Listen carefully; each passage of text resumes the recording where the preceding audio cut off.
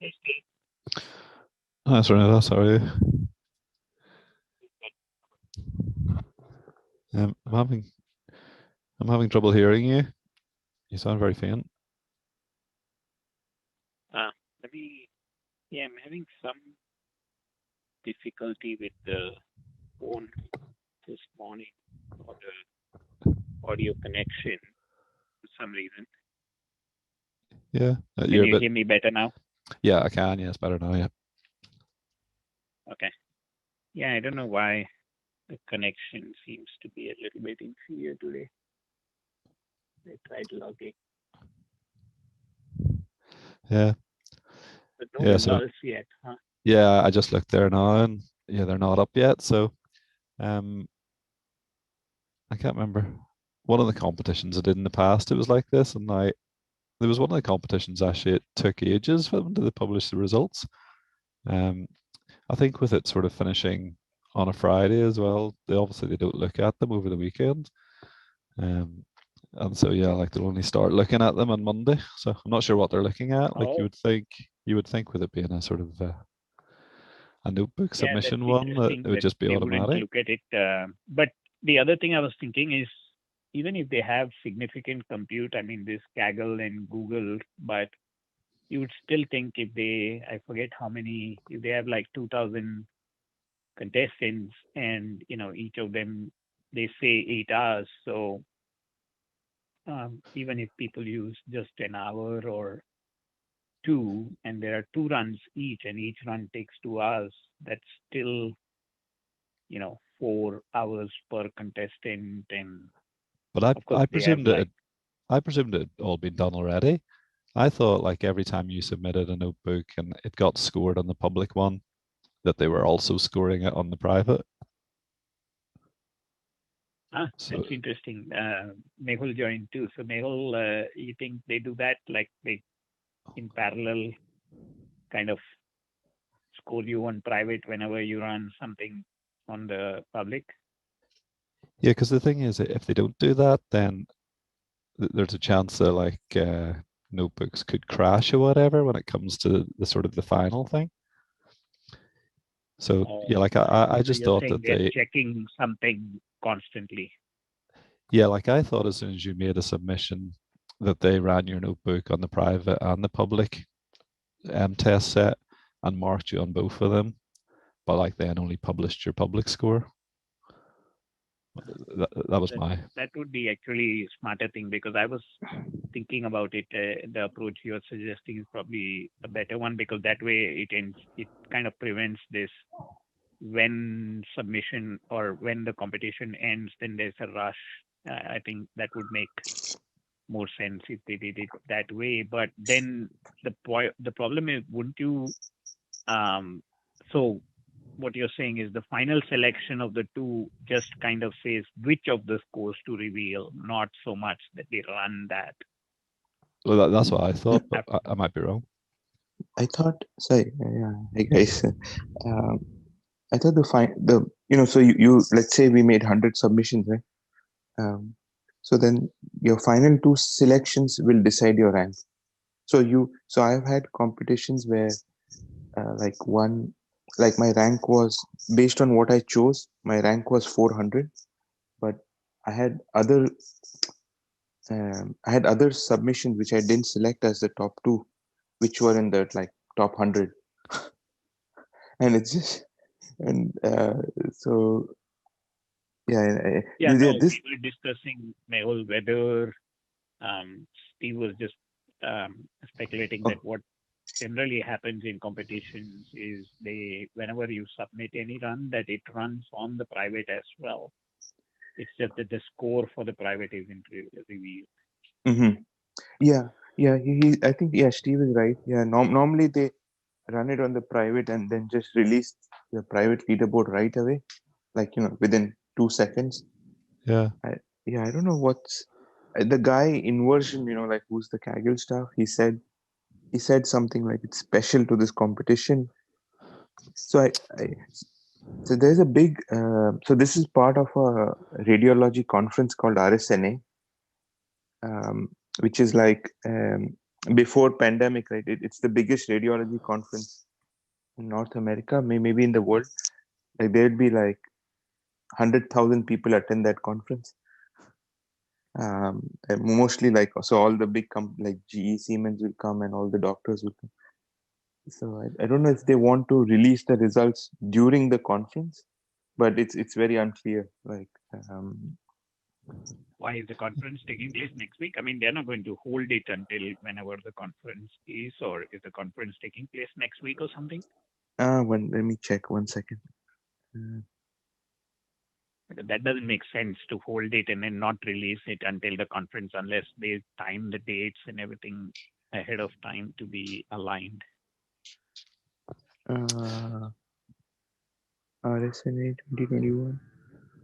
No, it's not. Oh, it's November 28th. Okay, so no, I'm wrong. Yeah, no, Yeah, it's not. so I don't think you'll wait till that long. Yeah. It's something that they seem to be checking or something, which, Oh, again, I don't know whether there is some, because people have oh, done a lot of these like polling and stuff. right, So I don't right, know right. what kind of things they're checking for. But it seems to, to your point, I think, yeah, now that I think about it, I think Steve's explanation makes sense. That's the only way they can release seconds after the competition closes, which I've seen. I think even our, the Yeah. one, I forget which one it was that we participated in. Oh, the lung fibrosis thingy. Yeah. And that one was like moments after it closed. And I think that kind of thing is possible only if what Steve is saying is true, right? Which is you have all the data of the results. It's just that, you're waiting for people to pick the two that they want submitted, and two, you just, once they do that and the deadline passes, then you just reveal those scores. Yeah, that would make sense as well. Like if Mehul's saying that, did you say, Mehul, that you get to see the private score for all of your notebooks at the end? Yes. Yes. Yeah, so so that must be what they do. Otherwise, they would have to run every single notebook again against the private set. Right, So right. That's the other thing which I was thinking is, because I was thinking if they didn't do that, then there'd be like huge, massive pile up after competition closes of yeah, runs that they would have to go through, which they would probably want to prevent.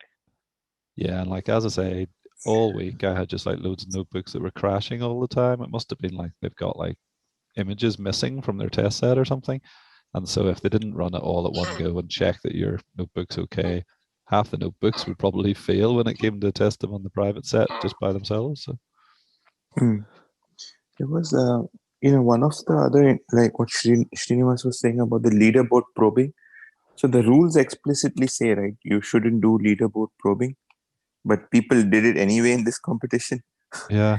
I think So, in many competitions they do it actually, but it's more in many cases they do it indirectly in the sense that they do it in order to find out kind of the proportion or the imbalance or those things which are kind of indirect data that helps you guide your approach, not so much the results that you get, which also is not appropriate in the sense that you won't be able to do that in the wild, in the real world. But given any competition is gamed, anytime a score is established, it's gamed. At least that's okay because it's not. I wouldn't say okay, but maybe it's acceptable because it's indirect. It only guides your approach, not so much, the direct result. But in this case, I think many people have just gotten to one by just, flipping bits. Yeah, Mhm. because Which makes no the sense public because there's test no set was way so that you're. small. Yeah, there's Yeah, people there I think with so. like 200 submissions or whatever, and obviously, as you say, they've just like gone through setting one bit at a time until they've got them all worked out. I think a lot of Right. people Yeah, as but that well. makes no sense whatsoever to me because what the hell good is that going to be when 80% of the data is new? I mean, you're not going to be able to flip bits. Well, it's good from the fact that it There. gives you, however how many examples were in the public test set, I can't remember, but however many there was, if you get to know exactly what each of them, their MGMT value is, suddenly you've got like that much extra training data. Yeah, I think 87. Yeah, then you get 87 extra. Yeah, in this case, yeah, just extra training data. Yeah. Yeah, there was. Yeah, there was people as well who it obviously looked as if they'd created multiple accounts to achieve this as well. So yeah. There's Yeah, in one fact, very. somebody, I think, I didn't read it, but somebody had posted, there's like a lot of fake accounts to get around some issues, and that should be prevented as well. Yeah. There's one public kernel which scores really well on the public. It's like 0.732. I just saw a thread yesterday, but unfortunately, or whatever. So a lot of people forked that. So if you see the score, there are like maybe like 200 people with 0.732. I saw that. Yeah. And what's going to happen? But that kernel, I think somebody mentioned that on the private data set, it just sets like the probability as 0 or something. So they're all going to get a 0. Yeah, because like there was loads of people like doing that. Like they were just like ensembling ones that were sort of predicting sort of well on the public thing, but they weren't actually sort of like looking at the images at all. Yeah. Steve, I had one more question. So I missed the call yesterday, but so what was the final ensemble approach that gave the 0.608? If you could just summarize it, yeah. So the two notebooks I ended submitting were, so like the one that had the lower score is the one that does all of like the UNet segmentation, and then it splits it all into the cubes, and then yeah, like it has like a few different sort of folds from like T1W and T2W and stuff. I only ended up with about 5 models from that. Then the other one, the one that got the higher score, it does all of that, but it also adds in, it's from your notebook actually. Do you know like your highest scoring notebook, the one that did the efficient net 3D? Yeah.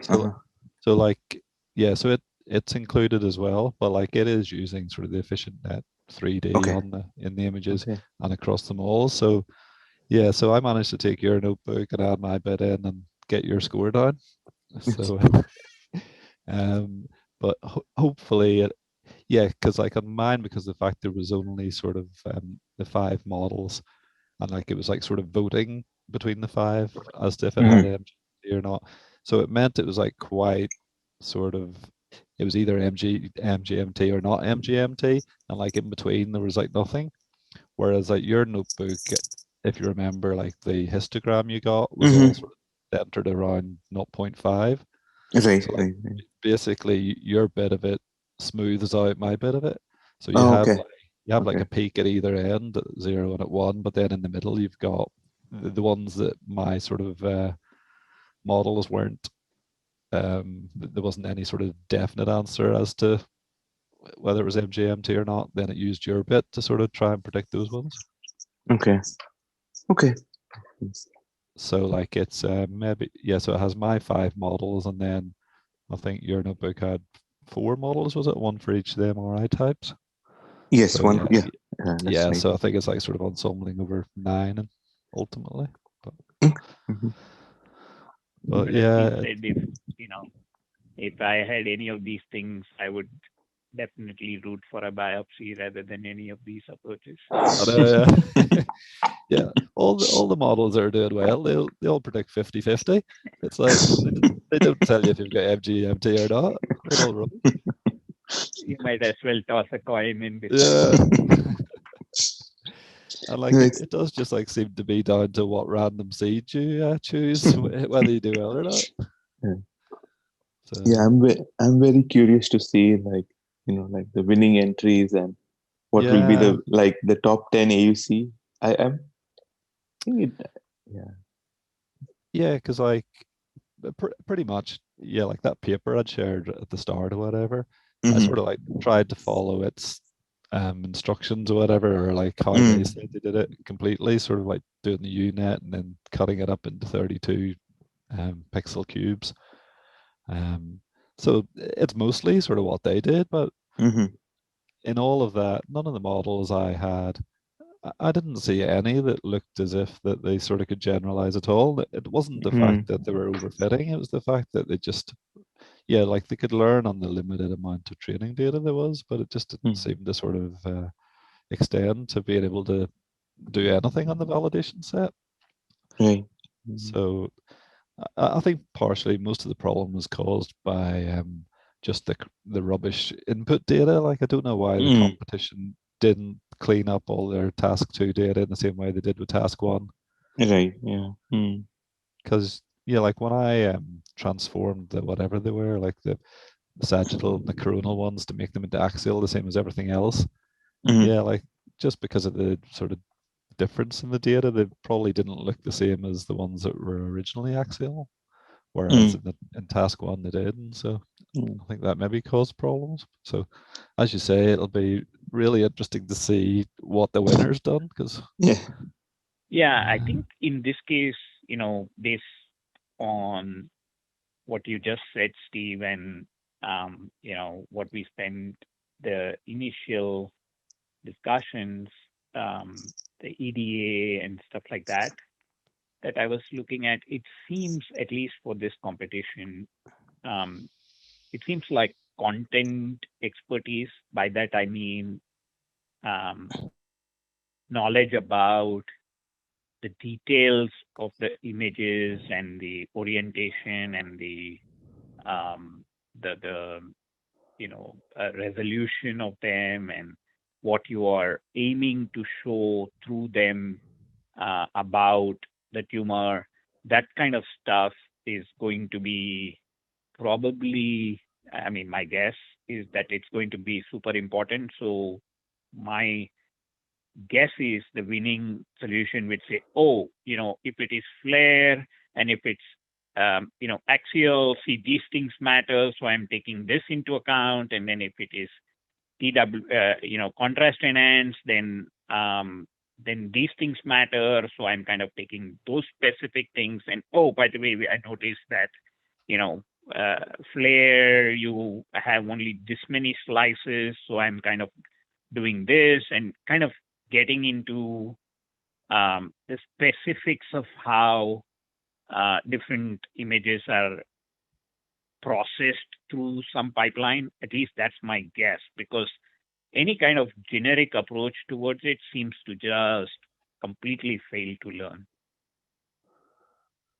yeah, certainly like that's what I came across. But as as you say, I think it's maybe down to how I pre-process the images, and I think the proper way to do it was the way like you'd done it, Mehul, like using the same application that they'd used for the task 1. But yeah, there wasn't any way to use that on the test set because it was so slow. So that's why Right. I had to Yeah. stick with a Mm. sort of simple, just sort of simple sort of shifting bits around using NumPy.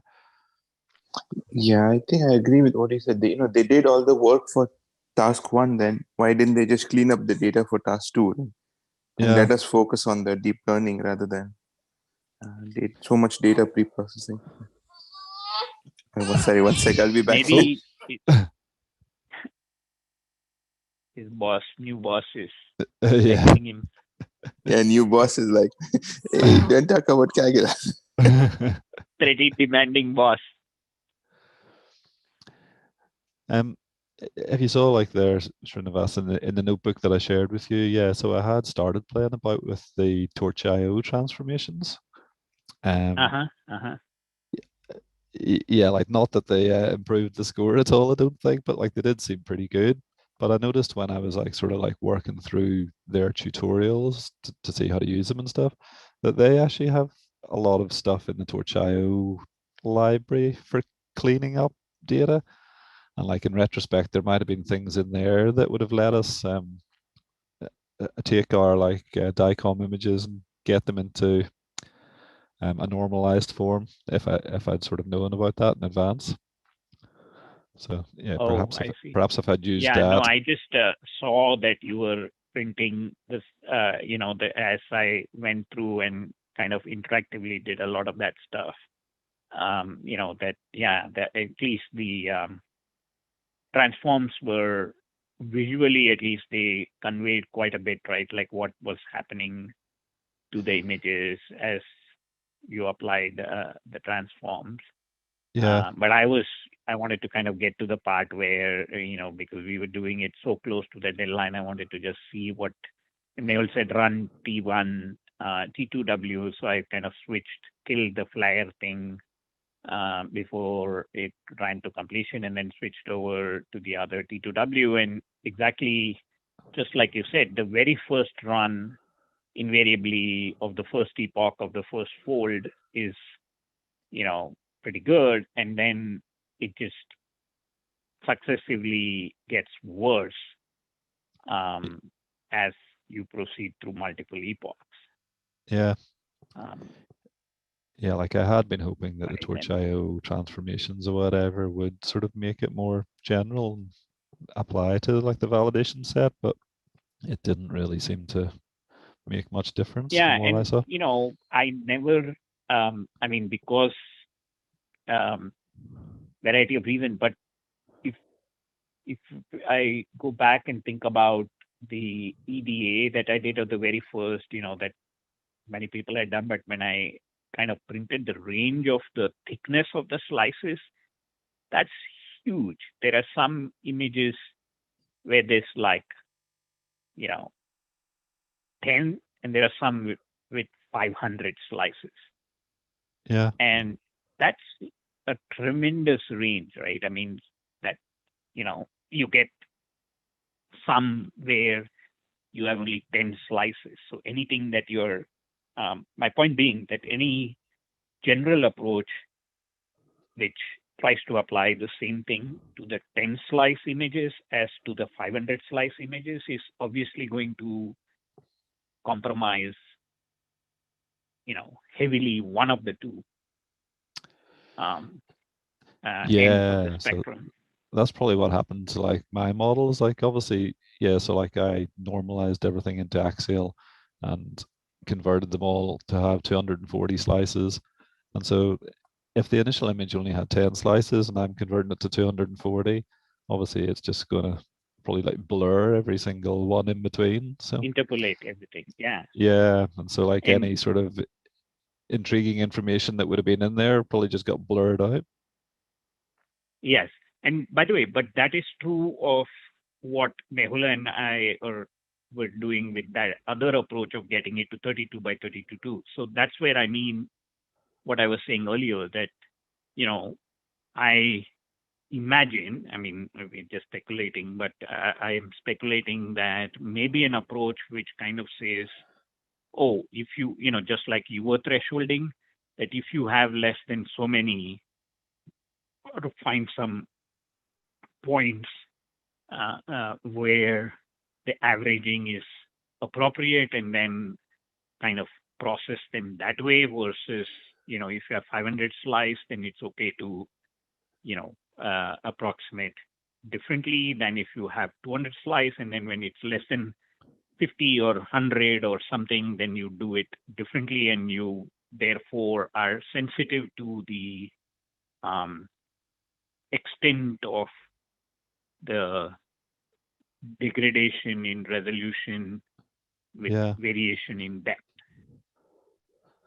Yeah, so like the reason I had to get them into like 240 was so as I could stick them through the UNet that I'd found. Um, in retrospect, if I had more time, maybe as you say, uh, if I'd sort of made them into 240 and put them into the UNet, the UNet seemed to do a good job of identifying the tumors. Like it did look as if it found the right bits. If if I then could have gone backwards and like sort of gone from the 240 back to the original DICOM, but like knowing where the tumor was and then like worked on the original DICOM images from that, then perhaps that would have worked better because then I wouldn't have Yeah, lost anything. something along those lines, which is sensitive to the extent of the pixels. Because I just was surprised when I saw the extent of the range of the thickness form. And the screwy thing is that that wasn't the same in each of the modes either, meaning like, if for flare images, the thickness varied tremendously. It was the case for the T1W images too, right? So it's not only the case that you would have to kind of consider, the variation in thickness for one, but the same image in a different mode or a different scan type could be having, and this is something I don't know, just out of curiosity, I should go and look, but I didn't check whether an image which is taken in flare has a small thickness and the same image taken in say T1W has a much higher thickness, or when it's taken in one mode or one scan type, if it has a low thickness, then it has low thickness in other types.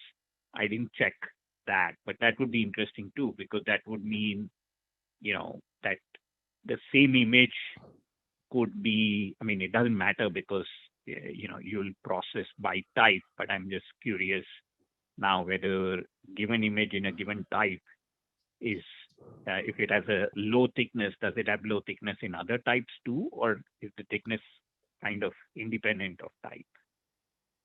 Yeah, I'm not sure. I don't know. When they make the 4 images, are they made at the same time, or are they made at 4 separate times? Yeah, and my guess is even if they made it at the same time, because the image is taken differently. This is something Mehul might know, but if it's re-quote taken rather than converted, then I would imagine that, and I imagine that it is probably recaptured, because the contrast enhanced means that it is, something is being done to the image. So I don't know. I mean, my guess is that it's independent, but who knows? We'll have to check it. Yeah. But it's that kind of stuff that I'm talking about, right? Which gets into the really specific details of, I mean, it's not that complicated, but at least it's the second order effects of the image thickness and variation in that and those kinds of things. And that's where I felt that the paper also didn't help us, because it was, as often said, I mean, the paper was very densely written. I mean, it didn't explain a lot of things. Yeah, no, like I don't know. I probably didn't read it sort of fully, but yeah, it just like seemed to skip over like a lot of the small details and things. Yeah, no, I tried to spend some time trying to, decipher the details, but they just weren't any.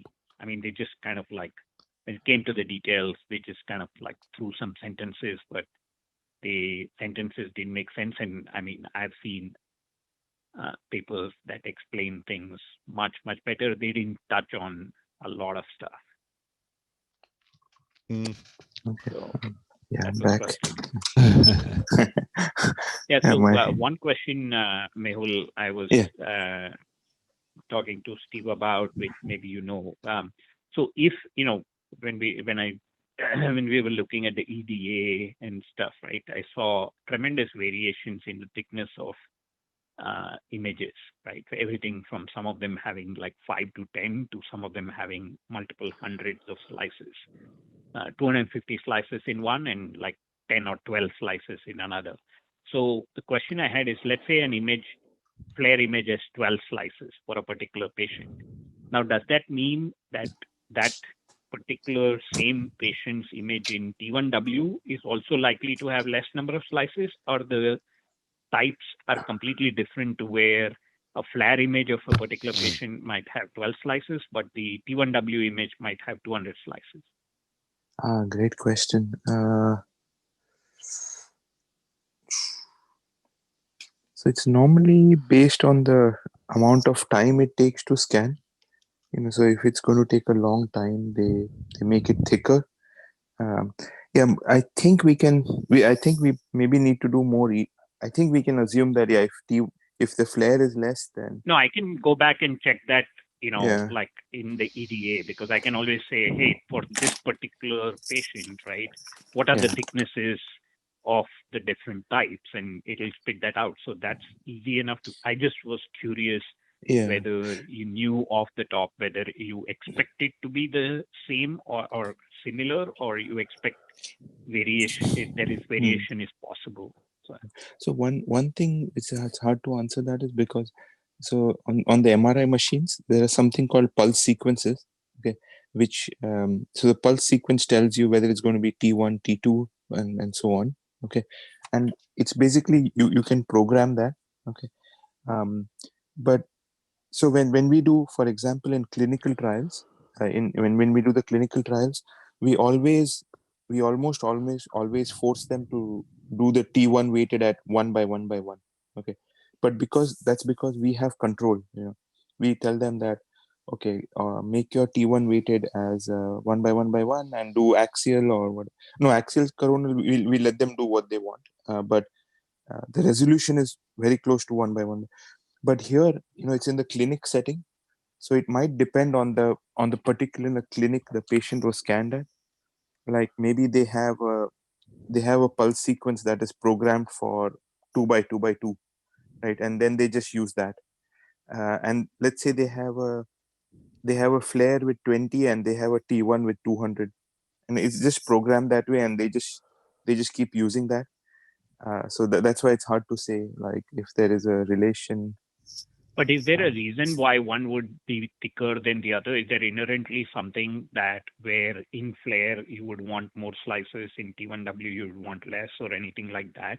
Yeah, normally, yeah, T1W, we do a lot of the brain imaging. So we want like more slices, simply because of that, we are trying to measure these brain structures. And for example, for Alzheimer's, we are looking for tissue loss that is like less than 1 millimeter cube, or, like 1 millimeter cube tissue loss, or very small tissue. No, 1 millimeter is too small. Sorry. Like maybe 10 millimeter tissue loss. So we don't want our voxels to be 5 by 5 by 5.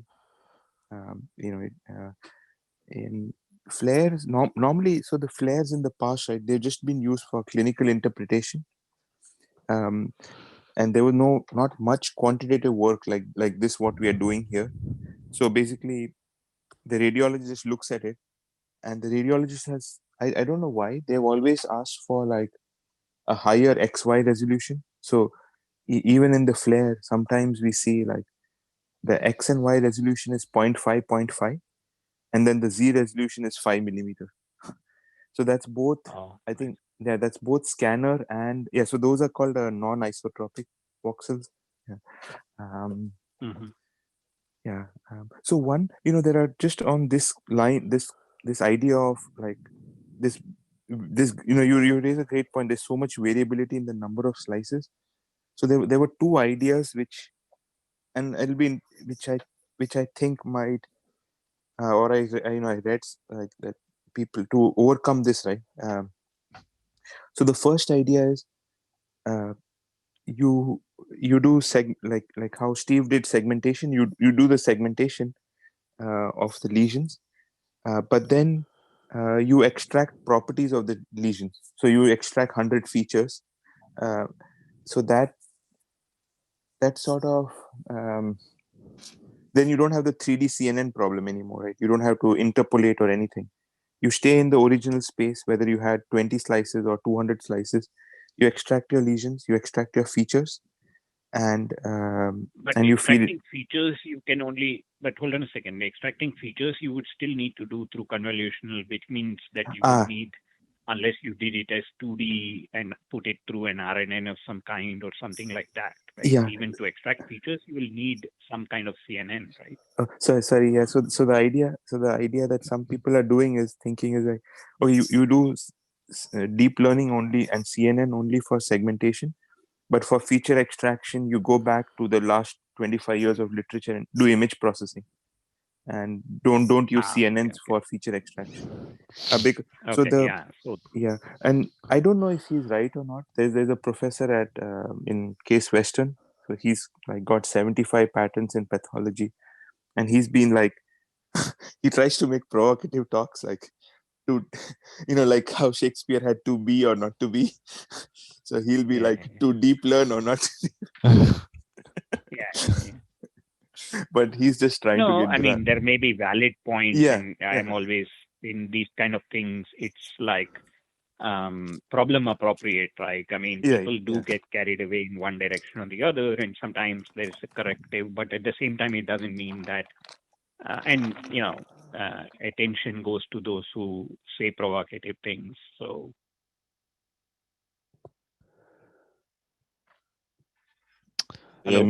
One approach is to extract features and then just use XGBoost to overcome this slice problem. And then the other one, like you were, is I don't know if the RNN problem, if the like using CNN 2D CNN and RNN solves this.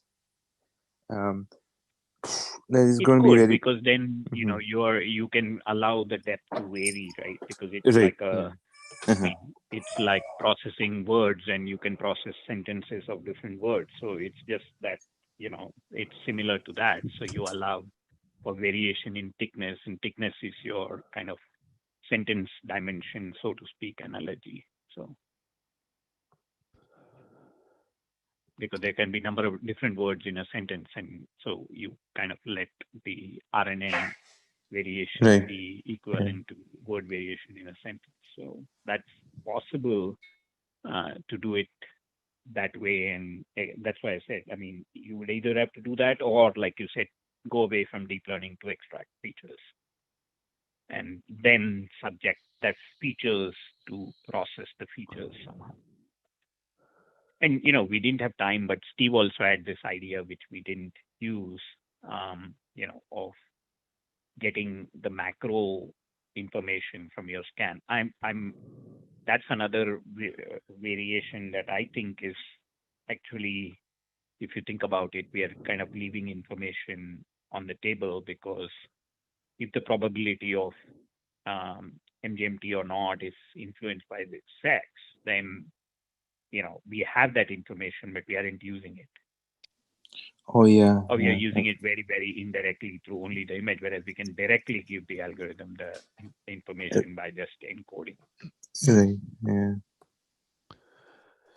Yeah, it's a shame. It's like it spent so long just fiddling about with the data. We never really got to try like a lot of stuff. So in retrospect, like if it had more time, as I say, like once I'd done the segmentation, then I should have taken that information and worked backwards until I got back to the original DICOMs, so I hadn't lost anything.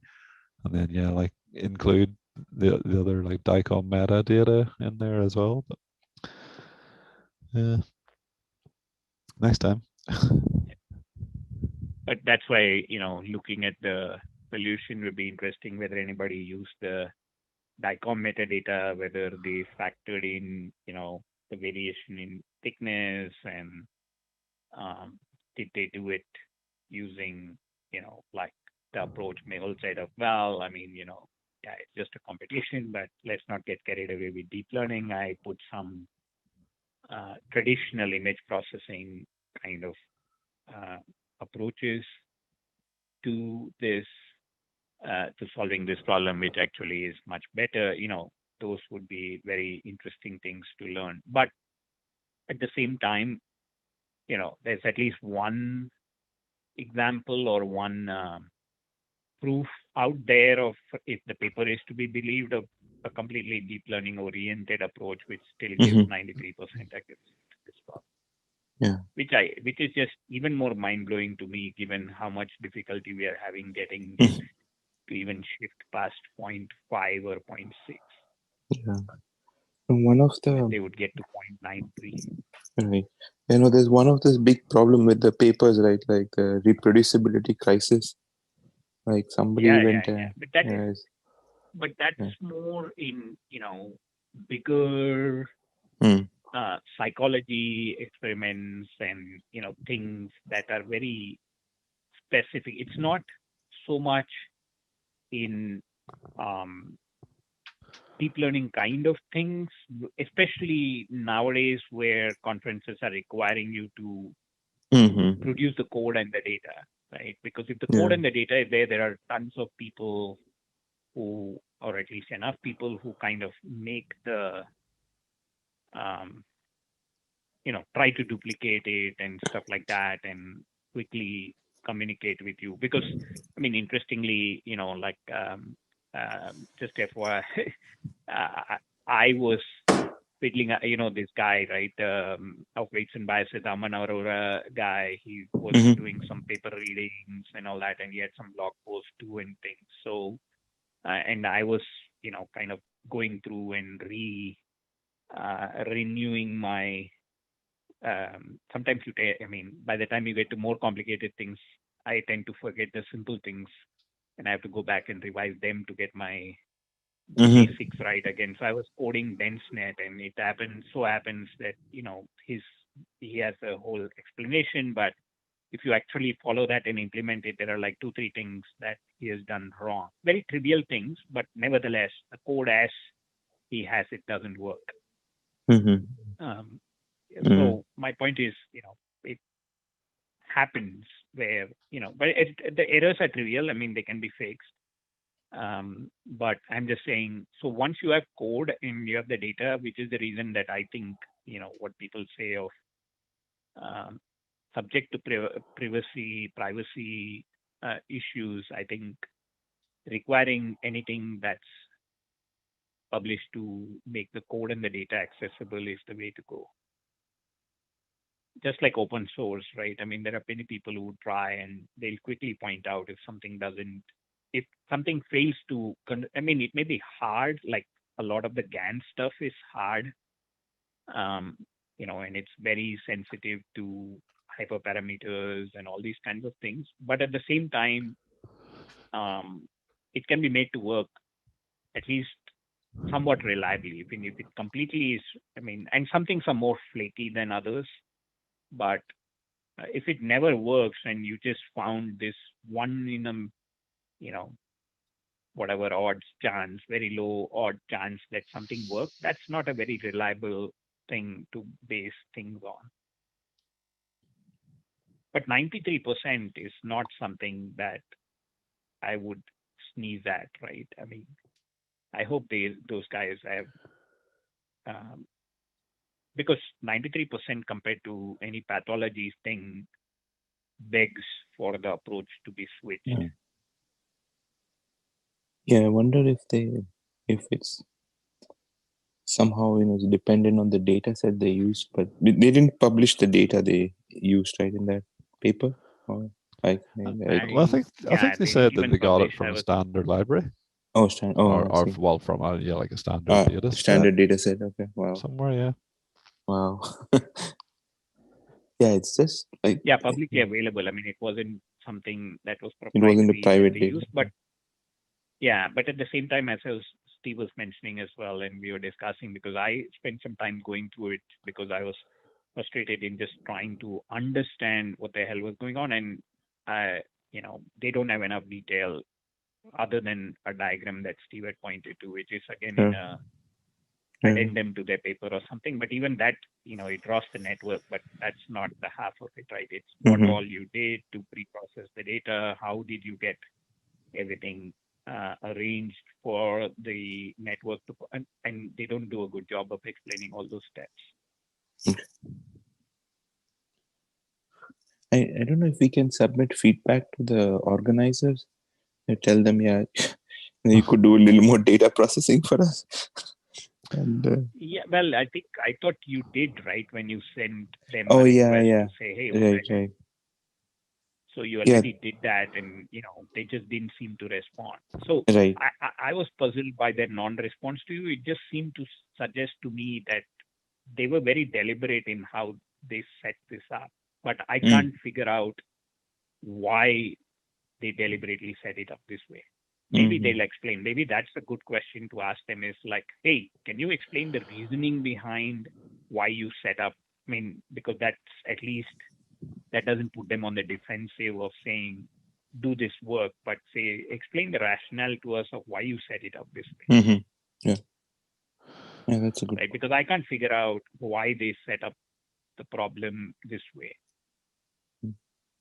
Although they don't seem particularly good at answering questions. It's like a lot of people obviously were complaining that people were leaderboard probing and people were using multiple accounts and stuff. And like they kept asking the organizers, like, is this against the rules? And are you going to do anything about it?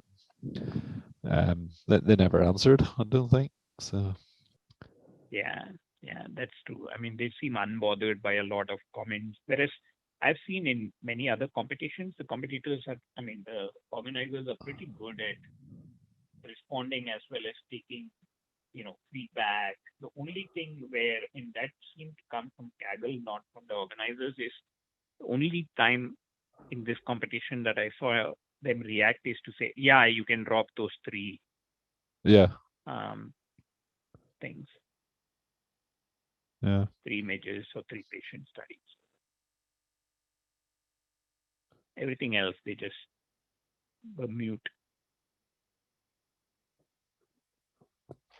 Yeah, kind of interesting that. Well, I guess we should then look for what's the next interesting thing to go look at as well.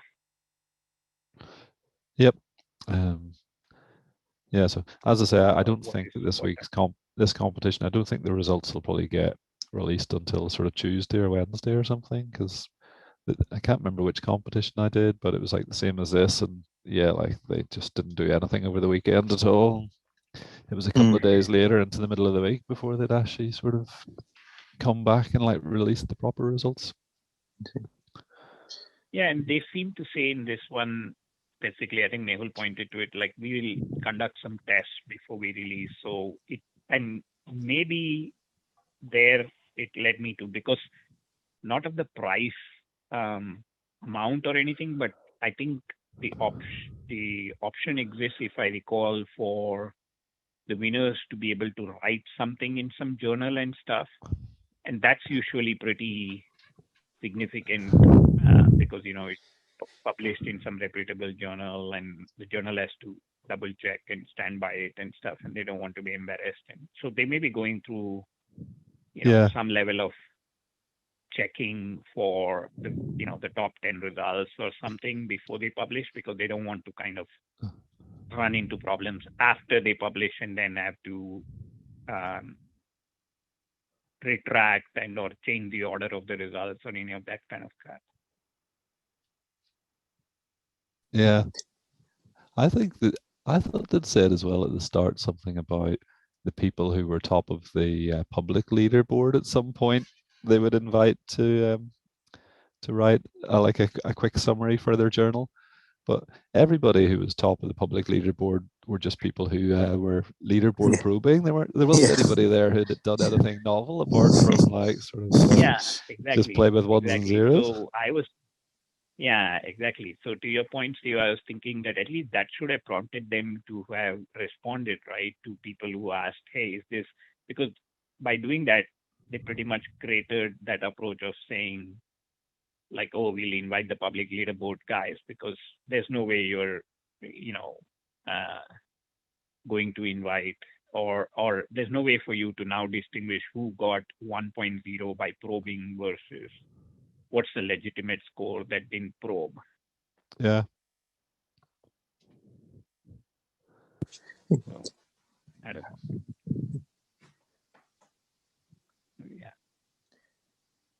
And in fact, the other thing, continuing the thread of the organizers didn't seem too organized, is even on the phase one, I think I mentioned it earlier, but I entered it, or I, just even to download the data, but they didn't even respond to me the access of the data until the deadline was passed. And then they kept pushing out the deadline because there were all kinds of issues apparently with the people who submitted the runs, and computing issues of runs not finishing, or the runs running into other technical difficulties and all this kind of stuff. So it seems they were having all kinds of problems even on the first part of the challenge.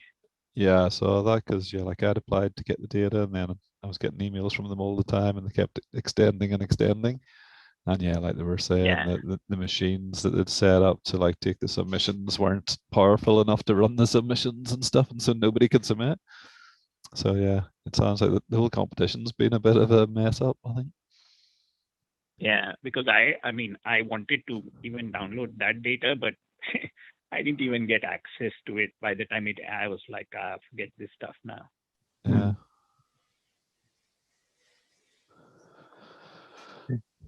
No.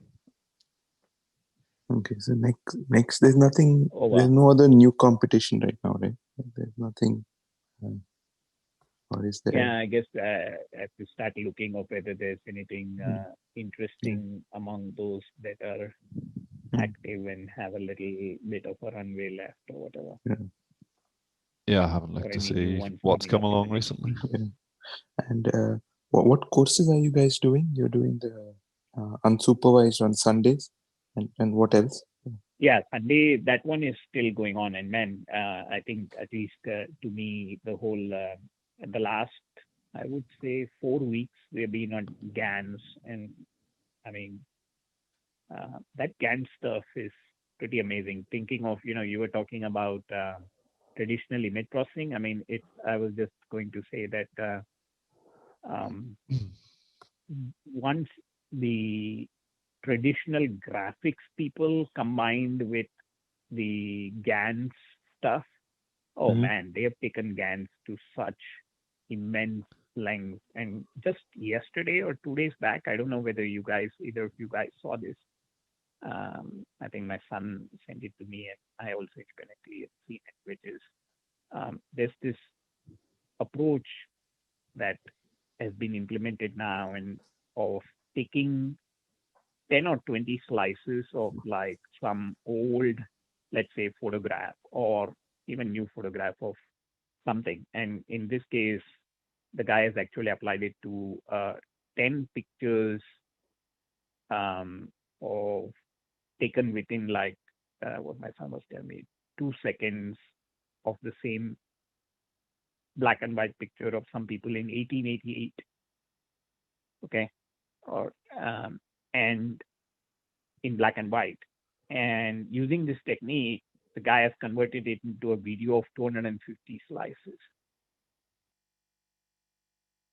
And again, another similar thing of, some 10 or 15 pictures of a boat from various angles of a museum relic of some kind.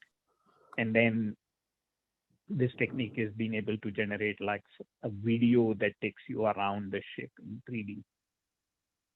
And that that stuff is just mind blowing, because basically what it says is you can bring to life and look at things in, like, I mean, I have pictures, black and white, of my, grandparents' wedding and stuff. And if you have like 20, 25 pictures of it in different, taken in fairly close time proximity, you can convert it into like a 3D thing now with people moving. I'll post that link. Yeah. It's So just incredible. Okay. That's the main one, the deep unsupervised one. That sounds pretty intensive, right? Yeah, see, the thing about it is it's like for students doing research and like, pre-PhD or PhD students, right? But what's interesting is it's just fascinating because at the end of the day, a lot of this stuff is still so empirical. I mean, I was just telling someone the other day that, so, in the GAN's theory thing, so this guy, one of the teaching assistants, kind of takes you through like 4 or 5 slides of this concept of K-Lipschitz. And something has to be K-Lipschitz, and what does it mean to be K-Lipschitz and all that. And, and how it's important or why it's important in GAN that something be K-Lipschitz, and how do you make it K-Lipschitz? And then he says, okay, after I've taken through all this, you're all going to just go, put your heads back and laugh when I show you how this thing is implemented in this advanced GAN thing. And they implement it by just clipping the weights. It's just like, you go, oh, geez, like 5 slides of Lipschitz, and you're going, oh my God, what is Lipschitz? What is K Lipschitz? How this thing maps to that thing, and all this funda math with all these, incredible notations. And then you go, oh, all you do practically when you implement this is you just click the weights. So I think a lot of, at least state-of-the-art stuff in GANs and these kind of things is that way, meaning it's a lot is empirical. Okay. So, what I mean is, you don't need a lot of these. Okay.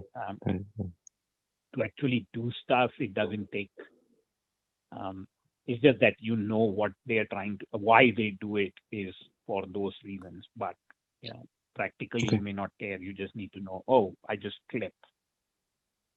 Got it. And then another instance, they are supposed to find. Another thing they do, for example, is take spectral norm, and you go, what the heck is a spectral norm? Well, it's the largest singular value. Okay, how do you calculate that? Well, you calculate that by repeatedly multiplying the matrix by the thing. Oh, but then if you have to repeat, how much times do you repeat? Well, in practice, what we do is we just multiply the weights by the thing once. And that's good enough. Why? Because it works. Okay. So yet again, it's like, okay, all the theory you went through over the last 4 slides is to say, oh, you just do one iteration of some weight multiplication and thereby decide that you take the largest, singular value. Okay. I mean, that isn't that hard to comprehend.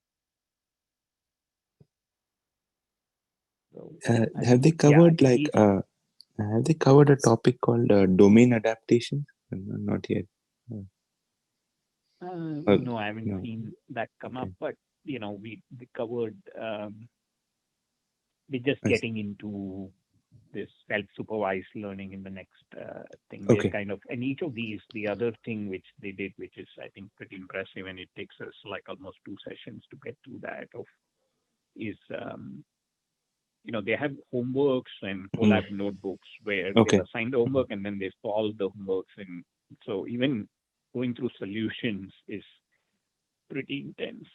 Okay.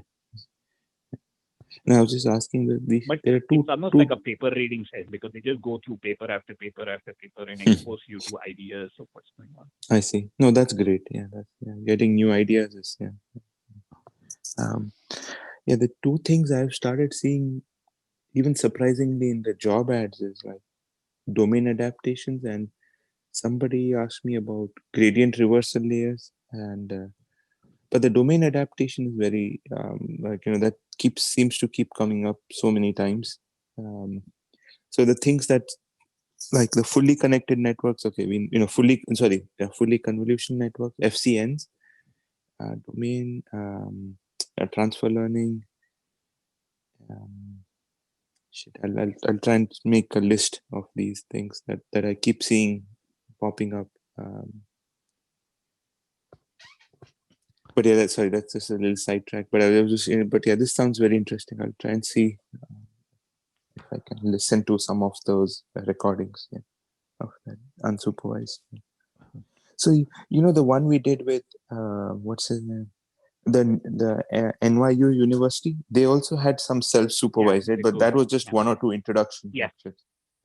Yeah, that was a guest lecture, and we're just now getting into that, which is almost like self-supervised learning, right? Okay, I mean, if you think about it, the BERT thing is self-supervised, right? Because you hide some words and you make the network predict it, and you can do the same thing in image. That's hide portions of the image or shuffle the images into jigsaw pieces and make the network kind of predict where the pieces ought to go. All those things help the network learn something about the underlying image, which then you can use to in downstream tasks like classification, segmentation, and stuff like that. Okay. And it's pretty amazing, some of that stuff, how good it's gotten. For example, I mean, last week or week before, we got into how the GAN, how just even the adversarial loss as it is set up can be used to learn, kind of pick up what is called representation learning, which is basically you're learning the underlying representation, the latent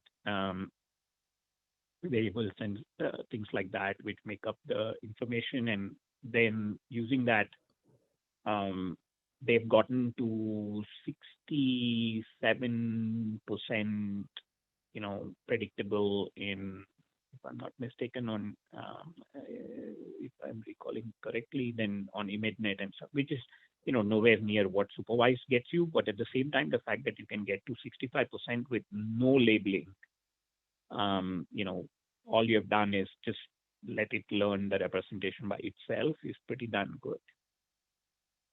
To me, at least, it's pretty remarkable, actually. Because you're telling it nothing about it and it's still learning stuff where it can predict. So those kind of things are very interesting. Hi, I see somebody else has joined. Hi, Shruti. Yeah, hi. Hi, everyone. Sorry, I joined late, and I think this is the first time I'm attending this meeting, Kaggle meeting. Yeah, we And were just we've just actually finished a competition. We were doing like the competition. It was like looking for like this thing called MGMT and brain tumors. So it finished last night, well, yesterday okay. afternoon or whatever in America. So yeah, we were just like sort of discussing sort of how we did on it because we'd been through it all and it just finished yesterday. So the results haven't come out yet, but yeah, so like that one's Okay. just finishing. So from now on, yeah, we'll be looking for like a new competition to do. Okay. And usually, how many teams you have? I mean, do you code alone or you kind of code together? And yeah. The way it works, it's meant to be that you're not allowed to like privately code share public Okay. things or Okay. whatever. So it tends to be in the past we always just like studied Kaggle competitions that had finished already to get around that problem. Whereas like this competition, we actually sort of picked an active competition for once. And so yeah, we followed it through and like each person was just working by themselves all the way through. And then it Okay. ended up just at the end when like the team merger came and the people who wanted Okay. to joined into a team. So it was just actually the three of us were in the team for this one at the Okay. end.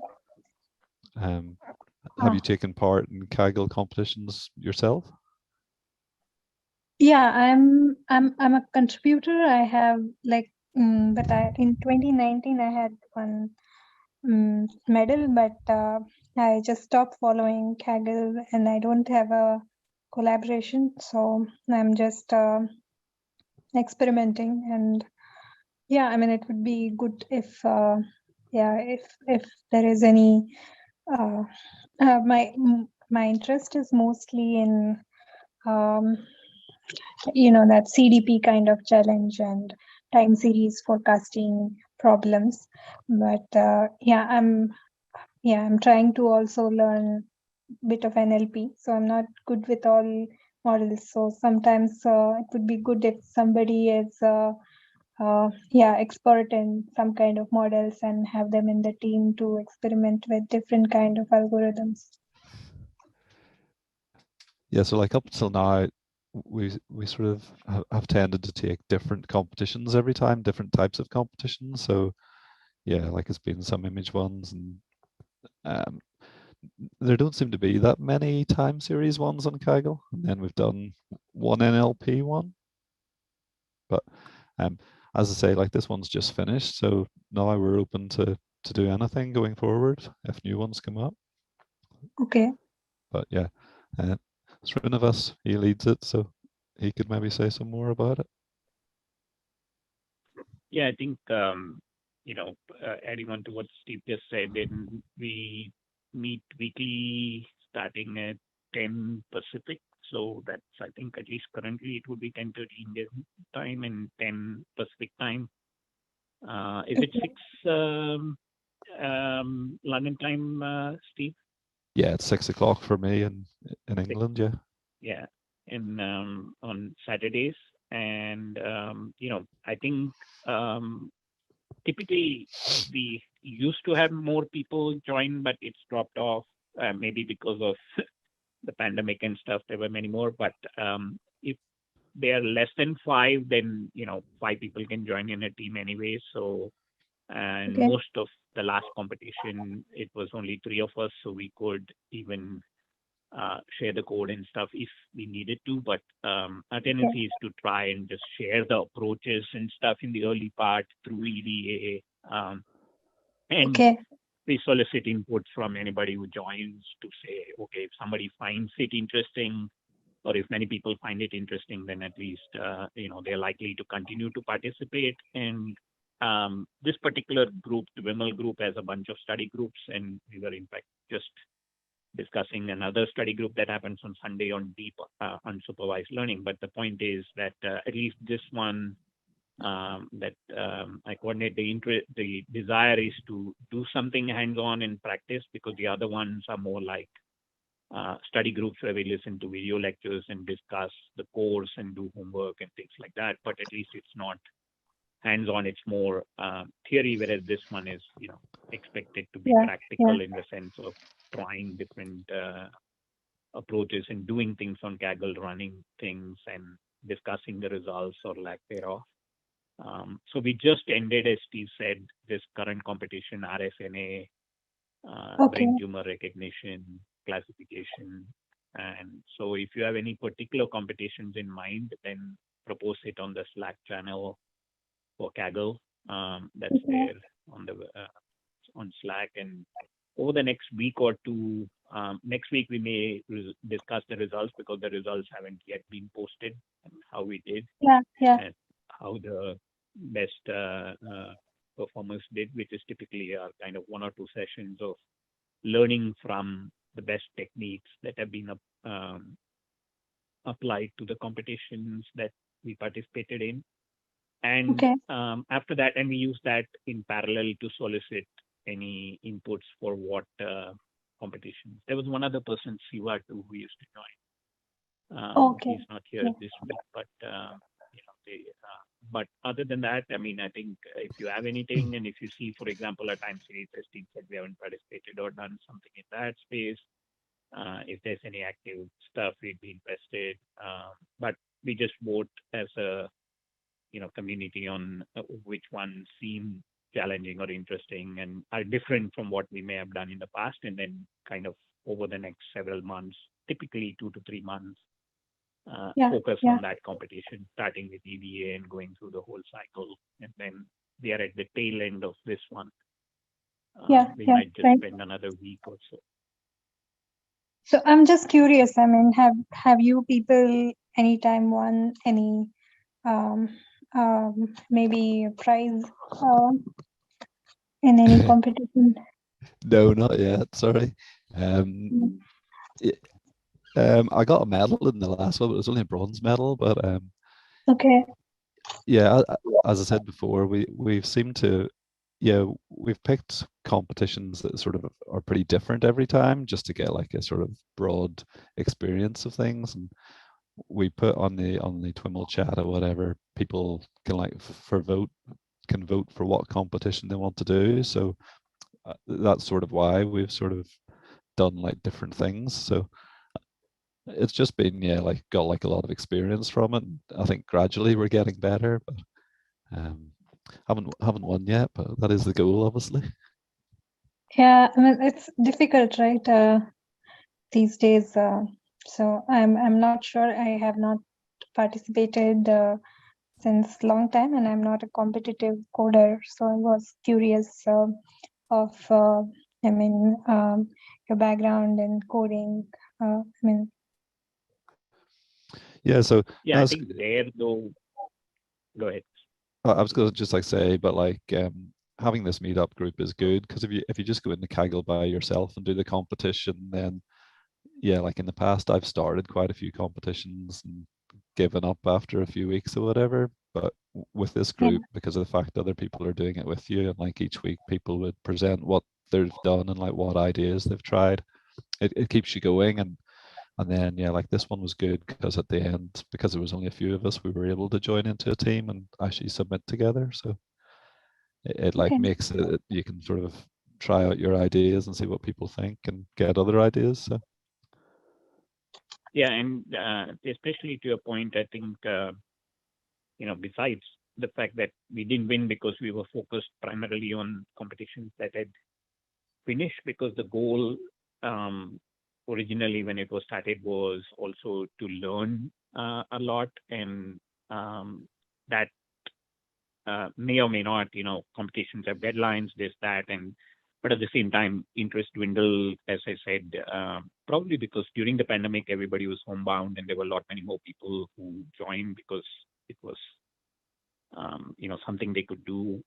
Now, as things have picked up again, there's less people, but there's enough of us who still have been at it almost, I would say, 2 years. I've been kind of coordinating this end of the second year by the end of 21. So, and what keeps, as Steve pointed out, is, nobody, I think, is competitive in the sense of there's quite a bit of sharing of ideas and of what worked, what didn't work. And also, you can share, I mean, we were free to share anything we wanted to as long as the competition had ended. That was one of the reasons we took part in competition that had already ended, because then you could freely share code and stuff like that. But for competitions that are in progress, then the only thing we need to make sure if we share code is that we share it publicly as well, because that's a limitation. But that, again, given that we haven't had more than half a dozen people join at any one time, isn't that big a deal, because you can always form a team of 5 people. So from a learning standpoint, and that's the other reason we have chosen one NLP. The first one we chose was just classification, image, second segmentation, and then we went on to NLP, and then we moved on to medical processing, which is what this is. And Mehul, who is also online, I think he just dropped off, but he's quite involved in medical related imaging and that. There used to be a couple of other people who were regulars too, who were, they had NLP or other interests. So I think we switch domains just to kind of at least be familiar with the state-of-the-art techniques in those domains. So I think you would definitely not be an issue if you haven't won or if you are in competitive coder and that kind of stuff, because the intent is more to learn from whatever we are doing and get exposed to it. Yeah, right. Yeah, most of the times, I mean, yeah, if I go alone, I won't really jump directly into SOTA. So, I mean, as I said, being non-competitive coder means I need some help, and sometimes just yeah, it's just pushing, getting the better performance. And usually, I don't know, I never got into top 100. It was extremely difficult. And then I gave up. So it's really great that if you have team members who know how to experiment with different models, and it's possible to compare. Yeah, Yeah, so that's so the purpose of the group. Is yeah, I was just going to say, yeah, so like now we finished this one, it is a case of just looking about to see what is next, and see what competitions like interest people. You normally get like quite a few other people would join at the start. Once you've sort of said what the competition is going to be, a lot of people would come along just for the first few weeks or whatever, and then some people stick with it. But Right, yeah. right. Yeah, so in fact, the it's previous good. one I we would did really was like to sound follow up. related.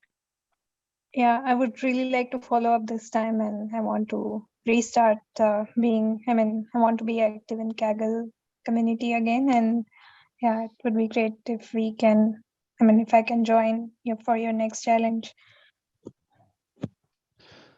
Yeah, so you have sort of come along at the perfect time, because we will just be looking for a new one if we're going ahead.